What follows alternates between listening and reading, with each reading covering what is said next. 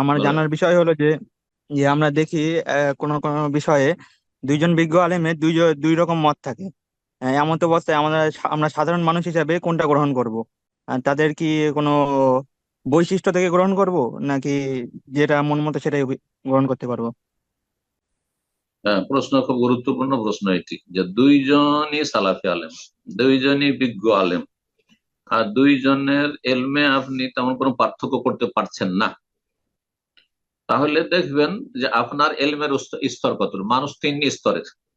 এক স্তর একেবারে প্রাথমিক স্তর, যারা কোনো পার্থক্য করতে পারবে না, শুধু চেহারা দেখে তো পার্থক্য করতে পারবে না যে কার কতটা এলেম আছে।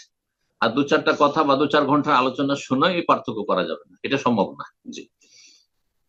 আর আরেকটা হচ্ছে মাঝামাঝি স্তর। মাঝামাঝি স্তর বেশ কিছু ইসলাম সম্পর্কে জ্ঞান রাখেন, কিছুটা দলিলের সহি জয়ীফ বুঝেন, কার দলিল বেশি শক্তিশালী বলিষ্ঠ, কিছুটা অন্তত জ্ঞান আছে, পুরো জ্ঞান না থাকলে আলেমদের মতো।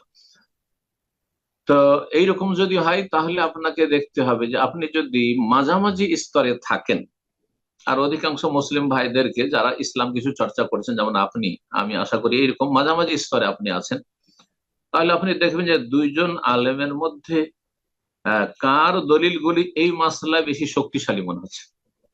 যার দলিলগুলি বেশি শক্তিশালী মনে হবে আর যার মতের ওপর আপনার মনের শান্তি হবে, তৃপ্তি হবে, হ্যাঁ, দুনিয়ার উদ্দেশ্যে নয় যে আমার জন্য এটা সুবিধাজনক, একটু হালকা ফতুয়া না, এটা হাওয়া কুপ্রবৃত্তির অনুসরণ, এটা জায়েজ নয়। আবার আপনি আল্লাহ সন্তুষ্টির জন্য, হ্যাঁ, আমানতের সাথে, যেটি আমানত, ইসলামের আমানত, এই এই আলেমের এই মতটি আমাকে দলিলের দিক থেকে বেশি বলিষ্ঠ মনে হচ্ছে, তার কথার উপর আমল করবেন। আর যদি আছেন আমি তাও পারছি না, দুইজনেরই দলিল শুনলে আমাকে একই রকম লাগে, তাহলে কোন একটা উপর আমল করলে আপনি মুক্তি পেয়ে যাবেন, অসুবিধা নেই। আকীদার মাসলা নয় এটি, ইজতিহাদি মাসলা, ফিকহি মাসলা, মাসাইল সালাফি আলেমদের মাঝে ইখতিলাফ। যেমন শাইখ বিন বাজ বিন উসাইমিনের ইখতিলাফ, শাইখ বিন বাজ আর আলবানির ইখতিলাফ, আর দুইজনের দলিলে কোনো পার্থক্য করতে পারছেন না, তাহলে কোন একটির উপরে যেটার উপর আস্থা হয় বা কোন একটির উপর আমল করলে ইনশাআল্লাহ তাহলে মুক্তি পেয়ে যাবে। কিন্তু দুনিয়ার গরজ না থাকে সেখানে, হাওয়া কুপ্রবৃত্তির অনুসারে ইত্তেবাউল হাওয়া যেন না থাকে, আল্লাহর সন্তুষ্টি দলিলের আপনি অনুসরণের যথাসাধ্য চেষ্টা করবেন।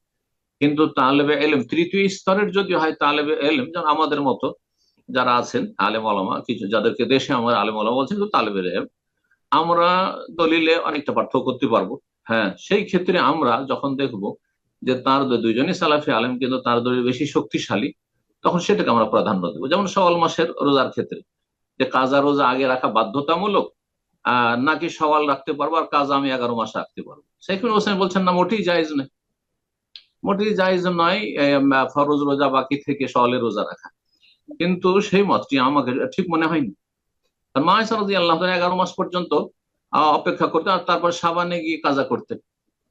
তো এই ক্ষেত্রে তাহলে আপনাকে বলতে হয় যে মা আয়েশা রাদিয়াল্লাহু শাওয়াল মাসের মোটেই রোজা রাখতেন না নাকি? তো যাই হোক, তারপরে ইজতিহাদি মাসলা। তো যাই হোক, এই এই জন্য বলছি যে যারা পার্থক্য করতে পারবেন, দুজনেই সালাফি আলেম, কিন্তু দলিলের দিকে আমি পার্থক্য করতে পারছি কার দলিল বেশি শক্তিশালী মনে হচ্ছে, সেটাকে আপনি প্রাধান্য দেবেন। আল্লাহ তাআলা আলাম। জি।